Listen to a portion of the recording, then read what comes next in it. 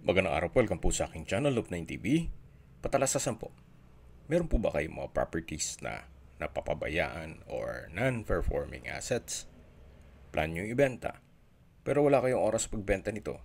Kung ito'y pagkakatiwala nyo po sa amin, tawag lang po kayo sa aking numero. Usap po tayo, gawan ko po ng video for free. Yes, libre po, wala po kayong babayaran. Tutulungan pa namin kayong mabenta ang inyong property. Kami na po bala sa marketing, sa boosting or paid ads, even sa tripping.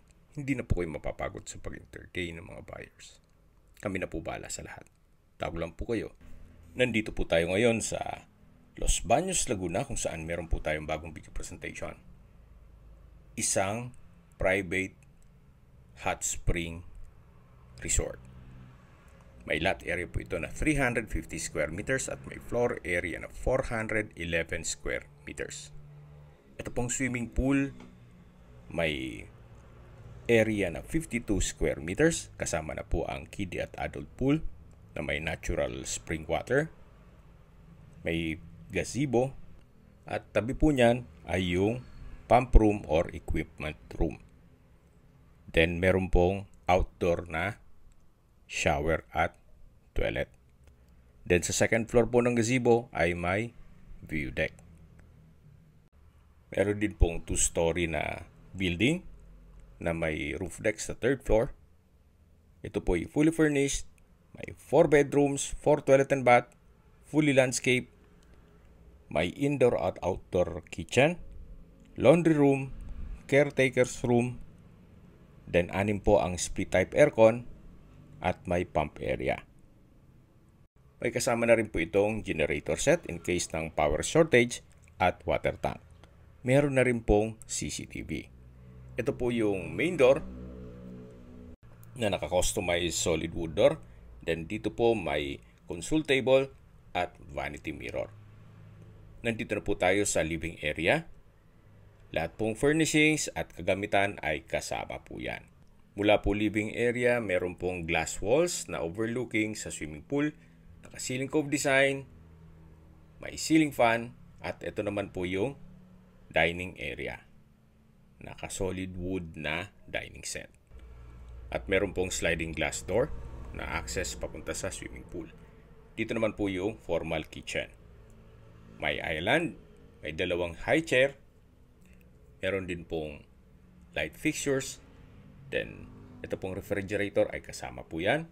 Dito naman po yung kitchen countertop, may induction cooker, range hood, microwave, kitchen drawers and cabinets. Dito sa side na to ay meron pong heavy duty na stainless sink with faucet at may kitchen window. Ito naman po yung powder room na kung saan meron pong hand wash basin, vanity mirror, decorative wall panels, then water closet with bidet, at ito'y naka-tiled bathroom wall. Ito po yung access door papunta sa service area hanggang dun sa caretaker's room. Balik po ulit tayo dito sa loob. Yan po ulit yung formal kitchen, yung island, then dito po yung main door, living area, dining area, then meron pong access glass door papunta sa swimming pool. Meron din pong split type aircon. Ito po yung first bedroom. Kung meron man po kayong PWD or senior citizen sa pamilya, ito po yung para sa kanila. May bed frame and mattress, side table, customized glass window, drop lights, ceiling cove design, ceiling fan, split type aircon, at meron po itong sariling toilet and bath. Dito po sa side na to yung water closet with bidet na naka-enclose po siya. Then naka-tiled bathroom wall. At dito naman po sa kabila yung bathtub. Ito naman po yung shower enclosure na may overhead shower. Then naka-tiled bathroom wall din po sa side na to. Ito po yung bathroom countertop na may couple sink and vanity mirror at may drop lights. Meron din pong bathroom window. May indoor plants na rin po dito. Ito pong glass window ay nag-serves din as natural sunlight. So from floor to ceiling po ang tile bathroom wall at meron din pong wall-mounted na bathroom cabinet. Labas na po tayo dito sa toilet and bath at ito po yung master's bedroom. Then dito po sa curtain ay meron pong glass walls na overlooking sa swimming pool. Paglabas nyo po, matatanaw ang living area, yung island, yung formal kitchen, at yung living area. So kung sakali man po na i-personal use nyo tong ground floor, pwede naman po. Then yung second floor ang papaupahan ninyo. Kung sakaling may guest kayo, may sarili po itong daan. Ito po yung hagdan papunta sa taas. Meron din pong understair storage na pwedeng lagyan ng kung anong mga kagamitan. At ito naman po yung stairs kung saan ito'y naka-tiled staircase, then tubular railing and handrail. Dito po sa taas may glass walls. Then dito naman po yung hallway. At mula po dito matatanaw ang swimming pool at yung gazebo. Yan po yung kiddie pool, then yung adult pool.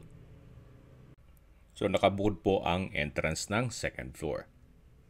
Kaya nang sabi ko sa inyo, kung sakali man na gawin yung staycation business ito, itong second floor ang pwede nyong paupahan. Then yung ground floor ay pang personal use. May living area na rin po dito. Then may furnishings, naka-ceiling cove design, may ceiling fan, meron din pong split type aircon, at may game area or entertainment area. So dito po ay may 3 kwarto. Check po natin itong common toilet and bath kung saan ito'y may bathroom countertop, bathroom sink, stainless faucet, water closet with bidet, naka-tile bathroom wall, then may shower. So, kumpleto na rin po at may bathroom window. Ito po yung common toilet and bath dito sa second floor. Then, ito po yung second bedroom na meron pong mga double deck. So, ang purpose po niyan, para marami kayong ma-accommodate na guest. Kaya mga double deck po ang nilagay nila dyan. Then, may mga customized glass windows, naka-tile bathroom wall, at may wardrobe. So, kumpleto na rin po. Labas po tayo. Paglabas nyo po, dito na yung living area. Then, ito naman yung second bedroom. Ganun din po. Same setup. Meron pong mga double deck. May inverter type na split type aircon. Maayos din ang pintura ng ceiling at wall. Then, meron pong wardrobe at drawer. May sariling toilet and bath din po ito. Ito po yung shower room, naka-tile bathroom wall, at dito naman sa kabila yung mismong banyo. Kung saan, maayos naman po ang toilet fixtures nito. May bathroom countertop, water closet with bidet, at bathroom window. Yan po, tunghayin nyo po ulit itong second bedroom. Then, meron din pong wardrobe. At wooden design ang tile flooring po nito. So, naipresent ko na sa inyo yung first bedroom, second bedroom, at dito naman po yung living area. Naka-glass walls and doors. At dito naman po yung third bedroom. Ito pong third bedroom ay may bed frame and mattress, then may side table, drop lights, customized glass window, split type aircon, then meron pong sariling toilet and bath.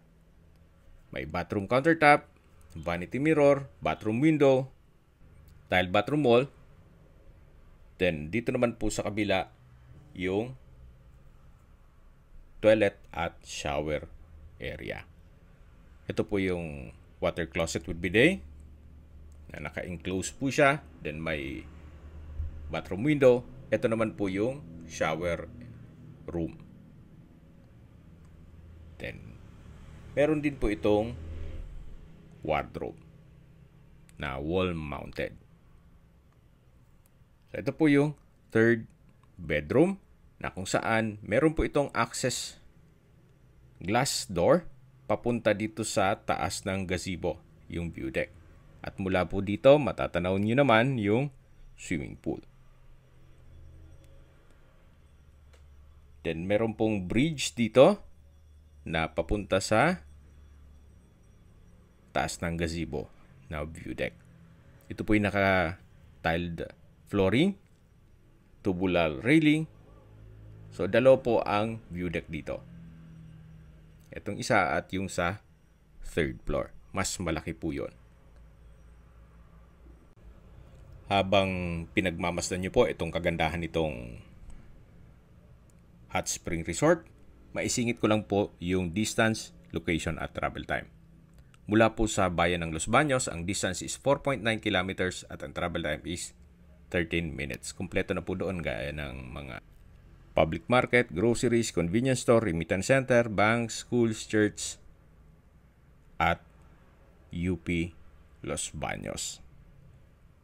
Mula naman po sa Health Serve Hospital, ang distance is 3.8 kilometers at ang travel time is 8 minutes. Yan po yung lagi kong binabanggit sa aking video na dapat nyo i-consider sa paghanap ng property, yung meron pong malapit na hospital. Hindi ko naman po sinasabing sakitin kayo, yan naman po for emergency purpose lang naman. At mula naman po sa SM Calamba, ang distance is 7.9 kilometers at ang travel time is 14 minutes. Mula naman po sa Manila o sa airport, ang distance is 50 kilometers at ang travel time is 1 hour and 33 minutes. Ito po yung laundry room. Then meron pong katabing toilet. Kung meron man pong okasyon ang guest ninyo, pwede pong ganapin dito. So yan po, tunghayin nyo po ulit. Yan po yung view deck. Sa ilalim niyan yung gazebo, then yung kiddie at adult pool. At ito po yung view deck na meron pong mountain view. Ito pong subdivision ay kumpleto din po ang amenities. May clubhouse, parks and playgrounds, swimming pool at marami pong iba. Meron din pong 24 hours security. Ang kagandahan po dito sa property to, may rest house ka na, may staycation business ka pa. So ito po yung tinatawag ko na income generating property, hindi po non-performing asset.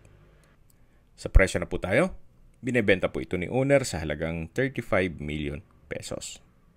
Kung interesado po kayo, pwede naman tayo mag-counter offer sa asking price ni owner.